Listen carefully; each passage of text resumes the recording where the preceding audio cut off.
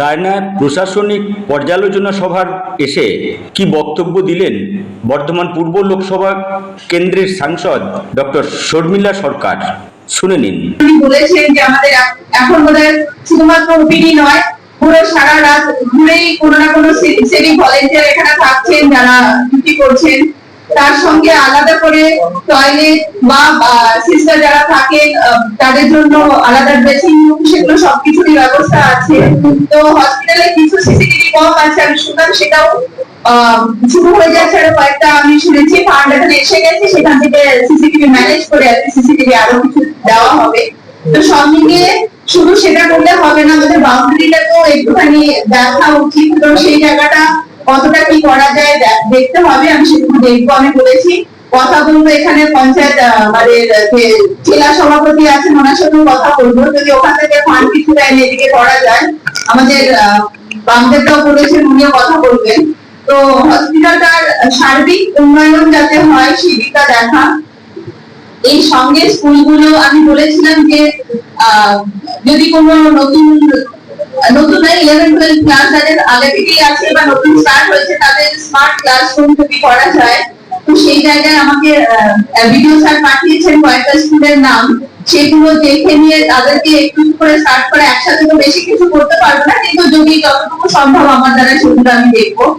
এবং তার সঙ্গে যদি কোনো স্কুলের আমার ইচ্ছা আছে যে লাইব্রেরি, অনেক জায়গায় আছে যে লাইব্রেরির অবস্থা খুব খারাপ, বা যেখানে সায়েন্স আছে বা সেই জায়গাগুলোতে ল্যাবরেটরি গুলোতে যদি একটু ভালো কিছু করা যায়, সেই ধরনের কিছু কিছু দৃষ্টি আমার রয়েছে। আর বাকিটা রাস্তাঘাট এগুলো আমাদের যথেষ্ট রকমের জেলা পরিষদ থেকে দেখা হচ্ছে। আমার মনে হয় সেগুলো নিয়ে খুব আমার কিছু করা থাকবে না, কারণ সেই বিষয়গুলো দেখা হচ্ছে বলে।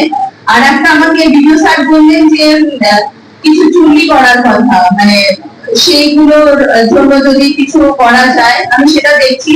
দেখুন, ইলেকট্রিক চুরি তো প্রচুর খরচ, সেটা সম্ভব নয়, কিন্তু বাকি যদি কিছু করা যায় সেটা আমি নিশ্চয়ই দেখবো।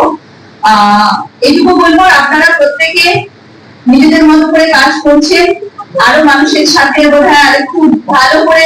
আমার মনে হচ্ছে এখানে হসপিটালের পরিষেবা নিতে গিয়ে অনেকে ক্ষোভ প্রকাশ করছেন। আমি সেই জন্য আজকে কথা বলছিলাম যে যদি সেরকম হয়, একটা কমপ্লেন বক্স আমরা রাখতেই পারি হসপিটালে। একটা কমপ্লেন বক্স থাকলো, সেখানে কোন মানুষের কোন অসুবিধা হচ্ছে সেটা করলো, এবং তারপরে প্রত্যেক সপ্তাহে হয়তো সেই চিঠিগুলো বা কিছু কমপ্লেন করছে কিনা সেগুলো নিজেদের মধ্যে আলোচনা করে সেগুলোকে কিভাবে সর্ট আউট করা যায় সেগুলোকে দেখা। সেটা করলে কোথায় মানে আমাদের কোন জায়গায় আমরা দাঁড়িয়ে আছি, আমরা কতটা উন্নতি করতে পেরেছি বা কতটা পারিনি, আর কি করতে পারি সেই জায়গাগুলো, তারপরে সেইভাবে এগিয়ে চলা অ্যাকর্ডিং টু ফান্ড, বা যতটা আমরা টাকা দিতে পারবো যেভাবে এগোতে পারবো সেগুলো করা যেতে পারে। কিছু কিছু জিনিস আছে ফান্ড ছাড়াও, টাকা ছাড়াও আমরা এগোতে পারি।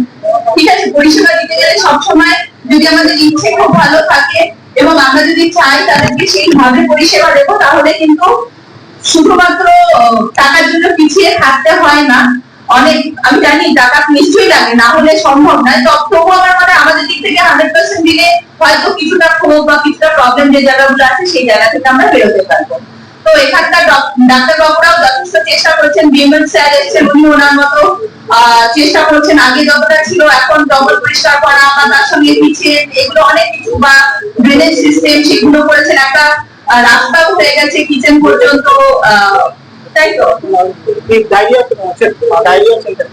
আচ্ছা, ডায়রিয়া ওয়ার্ড যেটা আছে সেই পর্যন্ত একটা নতুন রাস্তা হয়েছে, আমি দেখিনি, আমি শুনেছি হয়ে গেছে, আমি যখন গেছিলাম তখন ছিল না।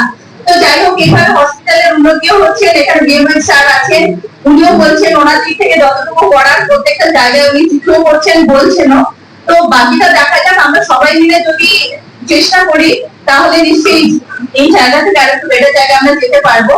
এবং সার্বিকভাবে রায়না 1 ব্লকের নিশ্চয়ই আরো ইমপ্রুভমেন্ট হবে, এটুকু আমি বলতে পারি, বা এটুকু আমি কথাও দিয়ে যাচ্ছি, যতটুকু যা আছে আর একটু ভালো জায়গায় নিশ্চয়ই নিয়ে যেতে।